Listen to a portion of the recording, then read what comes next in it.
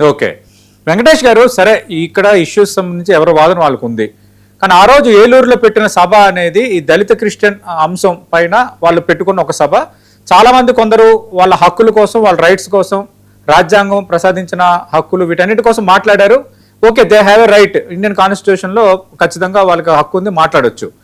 కానీ దీన్ని ఈ వేదికను ఉపయోగించుకొని ఆ విధంగా ప్రశ్నారావును మాట్లాడడం ఎంతవరకు కరెక్ట్ అంటారు? ఆ వేదికని ఉపయోగించుకొని కొంత ఈ రచ్చకు కారణం అయ్యేటట్టుగా మాట్లాడటాన్ని మీరు యాజ్ ఏ అడ్వకేట్ గా సమర్థిస్తారా?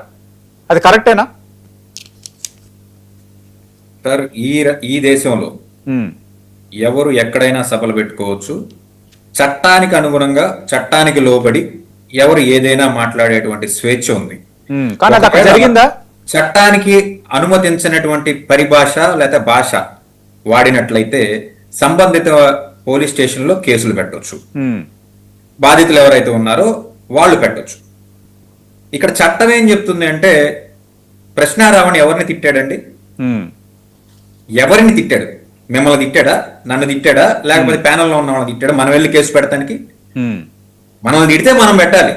నిజంగా అతను పవన్ కళ్యాణ్ గారిని ఉద్దేశించి మాట్లాడినటువంటి భాష ఏదైతే ఉందో అది అభ్యంతరకరమైనటువంటి భాష అయితే ఆయన అభిమానులు పెట్టకూడదు, జనసేన పార్టీ అభిమానులు, నాయకులు పెట్టకూడదు. చట్టం ఏం చెప్తుందో చెప్తున్నా.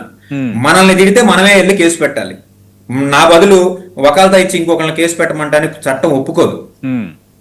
కాబట్టే 4 సార్లు అతనికి బెయిల్ వచ్చింది. 102 కేసులు కట్టారంటే 1:10, 10:1. సో 1021 పోలీస్ స్టేషన్లు ఉంటే సుమారుగా 102 పోలీస్ స్టేషన్లు అతని మీద ఎఫ్ఐఆర్లు కట్టబడినాయి. ఈ చట్టం ఎంత అపహాస్యమైందో చూడండి. వరుసనే ఒక పోలీస్ బెటాలియన్ తీసుకుని 4 సార్లు బెయిల్ వచ్చింది. మొదటి 4 సార్లు బెయిల్ వచ్చిన కారణం ఏంటంటే, పవన్ కళ్యాణ్ గారిని తిట్టాడు కాబట్టి, మా మనోభావాలు దెబ్బతిన్నాయి కాబట్టి, మా పార్టీ అధినేతని ఉద్దేశించి మాట్లాడాడు కాబట్టి మేము కేసు పెట్టామంటున్నారు. 5వసారి పెట్టిన కంప్లైంట్ కూడా అదే. 5వసారి పెట్టిన కంప్లైంట్ కూడా జనసేన పార్టీకి సంబంధించినటువంటి, గన్నవరానికి సంబంధించినటువంటి నాయకుడో, కార్యకర్తో, లేకపోతే ఎవరో ఒక ఆయన పెట్టారు. అక్కడికి వచ్చేప్పటికి సెక్షన్లు మార్పు అయ్యి అతను లోపలికి వెళ్ళిపోయాడు, రిమాండ్కి ఇవ్వబడ్డాడు. ఎందుకనంటే మొత్తం కంప్లైంట్ మార్చబడింది. అతని యొక్క ప్రీవియస్ వీడియోస్ ఏవైతే ఉన్నాయో అవి తీసుకొచ్చి ఇప్పుడు ఇక్కడ ప్రొజెక్ట్ చేయడం జరిగింది. నాకున్నటువంటి లీగల్ నాలెడ్జ్ ప్రకారం ఖచ్చితంగా ఈ కేసులోంచి అతను బయటకు వస్తాడు. ఎందుకంటే ఇటువంటి కేసుల్లోనండి బెయిలబుల్ అఫెన్స్లు 7 సంవత్సరాల లోపు ఏదైతే కేసులు అయితే ఉంటాయో శిక్ష పడేవి, వీటిలో magistrate has power to give bail immediately. Notice ఇచ్చి వదిలేసేయాలి ఇటువంటి కార్యక్రమాలకి అని చెప్పేసి. కానీ 7 సంవత్సరాల వరకు లేదా అంతకు మించి అన్నప్పుడు మ్యాజిస్ట్రేట్స్ కి ఆ లిబర్టీ ఉండదు.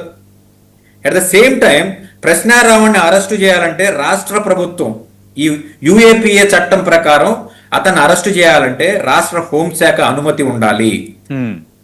ఏదో లోకల్ పోలీస్ స్టేషన్ లో ఒక ఎఫ్ఐఆర్ కట్టేసి దాన్ని తీసుకెళ్లి మ్యాజిస్ట్రేట్కి ఇచ్చేసి అతను అరెస్ట్ చేసేయాలి, లోపల వేసేయాలంటే అతని మీద శిక్ష ఏం పడదు, కేవలం రిమాండ్ మాత్రమే ఇవ్వబడుతుంది. ఎందుకంటే ఫర్దర్ ఇన్వెస్టిగేషన్ కోసం సెంట్రల్ గవర్నమెంట్ ఏజెన్సీస్ దగ్గర నుంచి కానీ, రాష్ట్ర ప్రభుత్వం నుంచి కానీ ఖచ్చితంగా అనుమతి ఉండాలి.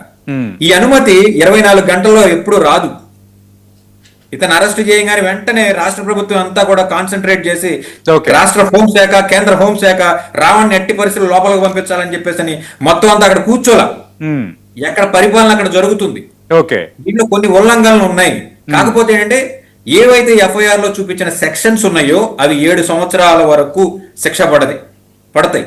కాబట్టి ఖచ్చితంగా అతన్ని రిమాండ్కి ఇవ్వడం తప్ప మ్యాజిస్ట్రేట్ కి వేరే పరిస్థితి లేదు, లిబర్టీ లేదు.